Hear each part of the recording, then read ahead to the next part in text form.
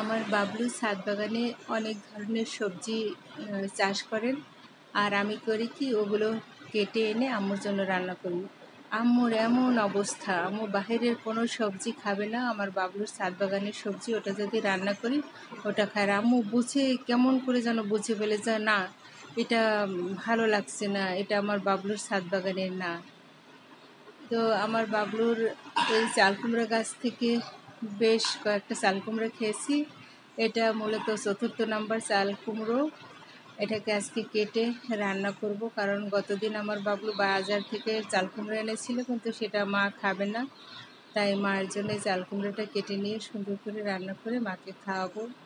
আর এই চাল কুমড়োটা বেশ কয়েকদিন চলবে, মায়ের ৪-৫ দিন চলবে, কারণ আম্মু আবার বেশি সবজি খেতে পারে না। আমি একা কেটেছি তো, তাই সরাসরি দেখাতে পারছি না।